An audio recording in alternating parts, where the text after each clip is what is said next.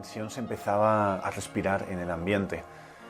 Comentarios por lo bajito en todas las tiendas, malas caras, palabras amargas. Aarón y Moisés ya se estaban dando cuenta de que el pueblo estaba molesto con ellos.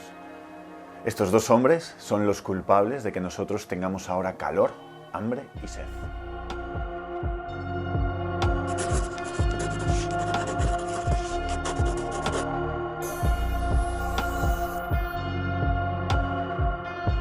Buenas noches, amigo. ¿Qué tal el día? ¿Qué has pasado? Espero que muy bien. Yo te invito ahora a acompañarme durante unos minutos a un desierto. No a un desierto de arena, sino al desierto de unos corazones repletos de dudas. Ya te conté un día cómo había comenzado la travesía de Moisés y el pueblo de Israel por el desierto. Fue una travesía muy larga que duró 40 años y esos 40 años guardan muchas anécdotas. He aquí una de ellas digna de ser recordada. Me refiero a la fuente de Meribá, en el desierto de Sin. Cuando el pueblo llegó hasta ese desierto se dio cuenta de que allí no había agua que beber. Y entonces la desolación fue tremenda. Ponte en situación para no juzgar al pueblo antes de tiempo y para entender más el significado de aquellos acontecimientos y lo que el Señor les quería enseñar, ¿no? Con aquella experiencia. Ponte en situación con las largas horas caminando con todo el peso de todas las cosas de tu casa encima, sudando, el calor, pasos muy lentos, y cuando llegas a hacer acampada a un lugar no hay agua para beber. La desolación podía ser terrible. El pueblo empezó a murmurar contra Moisés y contra Dios. Aquí el problema no era la sed, sino lo que la sed había provocado. Les había hecho olvidar que estaban caminando hacia una meta, les había hecho olvidar su dirección, que estaban caminando hacia una tierra prometida, les había hecho olvidar el privilegio que Dios les había otorgado. Olvidaron que la libertad es un bien mayor que el alimento y que la bebida. En Egipto eran esclavos y tenían comida y bebida. Ahora en el desierto eran libres y caminaban hacia un destino, aunque les faltara el agua y la comida. ¿Les faltaba el agua y la comida? ¿Realmente era así?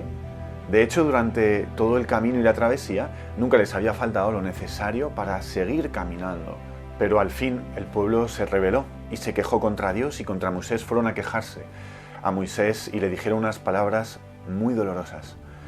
Preferimos Egipto, preferimos volver. Después de todo lo que le había costado a Moisés liberarles del poder del faraón, después de todos los prodigios que había hecho Dios, preferimos volver. ¡Qué dolor! Y Moisés entonces cogió esta queja, la hizo suya y se fue a quejar con Aarón a la tienda del encuentro. Fueron a la tienda del encuentro a hablar con Dios y le transmitieron la queja. Moisés debería haber sido capaz de sobreponerse a la queja del pueblo. Él tenía motivos para saber que Dios estaba con ellos, que no les iba a faltar nada, pero se dejó arrastrar, se dejó apesadumbrar el corazón por la nube, por la tristeza, por la sequía de las dudas de todo el pueblo y se fue a quejar. En la tienda del encuentro, Dios les escuchó y después de escucharles les dijo: Moisés, toma la vara con la que yo te saqué de Egipto. Entonces Moisés cogió la vara del arca. Esa vara había sido guardada en el arca de la alianza, en la tienda del encuentro, como uno de los grandes signos del poder de Dios. Moisés cogió ese signo del poder de Dios y una vez lo tuvo en la mano, el Señor le dijo: ahora reúne a todo el pueblo en torno a una peña. Allí háblale a la peña y dile, ordénale que os dé agua. Entonces tendréis agua para todo el pueblo y para todo el ganado.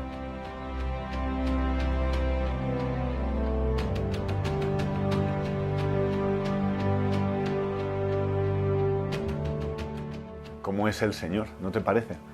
Él les podía haber dado agua sin necesidad de pedirles nada, les podía haber creado un río, un manantial en medio del desierto. En cambio, pidió un acto de fe de Moisés, pidió confianza. Imagínate la escena a Moisés llevando a todo el pueblo hasta una peña, alrededor de una peña, sacó a los que estaban montando las tiendas de campaña, hizo parar a los que estaban intentando preparar algo de alimento, a todos los que estaban haciendo algo les paró, hizo parar todo y los llevó hasta la peña, hasta la roca, ¿no? Imagínate la escena. Moisés tenía que tener una esperanza loca, algo absurdo, algo sin sentido, llevar a todo el mundo para esperar que salga agua de una piedra, ¿no? Yo no sé si hubiera sido capaz de creer algo así, mucho menos de pararlo todo y llevar a todo el pueblo antes de saber si va a salir el agua de la roca, pero Moisés sí, Moisés creyó. Allí le reunió a todos, se puso delante de la roca, levantó una mano y con la vara golpeó la piedra 2 veces y le mandó que brotara agua. Entonces manó la fuente de la roca, brotó el agua en el desierto y pudieron beber todo el pueblo. Imaginaos cómo se abalanzaron a por esas aguas, vieron que eran aguas limpias, aguas que se podían beber y bebieron todos, incluido su ganado. Dios les había pedido una confianza, pero a cambio les había dado mucho más, les había dado agua y, lo que es más aún, esperanza. Me impresiona cómo es el Señor. Dios puede hacer obras impresionantes, obras increíbles, prodigios, que no podemos ni imaginar. Pero lo más admirable es que Él nos da ese poder. Amigo, te da ese poder, te da esa capacidad de hacer obras grandes por medio de la fe. Cuando el Señor te da la fe, te da la capacidad de hacer esas obras. Es verdad, Él podía haber hecho aparecer agua sin más, pero prefirió hacer algo más. Prefirió darle a Moisés, por medio de su fe, la capacidad de poder alimentar a todo el pueblo, de dar ese agua, ¿no? De hacer prodigios. Podía parecer que era un poco absurdo pedir confianza cuando lo podía hacer sin más. Pero es que cuando el Señor pide confianza no está pidiendo nada. Lo que está haciendo es darnos, en este caso, dar la fe, la confianza en Él, que es muy poderosa. Sin embargo, esta historia tiene unas líneas que son un poco menos alegres, porque Moisés tenía que haber sido capaz de estar por encima de las dudas del pueblo, tenía que haber sido capaz de sobreponerse y de no dejarse arrastrar por la duda. Él tenía experiencia ya de lo que era la acción de Dios y podía haber animado al pueblo a confiar a pesar de todo. No lo hizo, se dejó arrastrar por sus dudas, por sus quejas, y la queja del pueblo la hizo suya. Esto es lo que luego a Moisés, un poco más tarde, le costó no entrar en la tierra prometida. Tiempo después, cuando ya llegaron a las puertas de la tierra prometida, Moisés subió al monte Nebo, a la cima del monte Nebo, y allí el Señor le mostró aquellas tierras impresionantes, fértiles, que emanaban leche y miel, llenas de vida, de riqueza. Ese hogar que habían estado esperando durante 40 años en el desierto, esas tierras con las que habían soñado, ese lugar que habían estado esperando y deseando fuerte e intensamente. Moisés, desde el monte Nebo, frente a Jericó, pudo contemplarlo y lo pudo ver, pero no entró, porque en ese monte, en esas estepas, Moisés murió, aunque esa ya es otra historia que os contaré otro día. Buenas noches, amigo. Yo te deseo para esta noche que no olvides el lugar hacia el que estás caminando, que no olvides y que tu corazón se mantenga firme en la tierra prometida.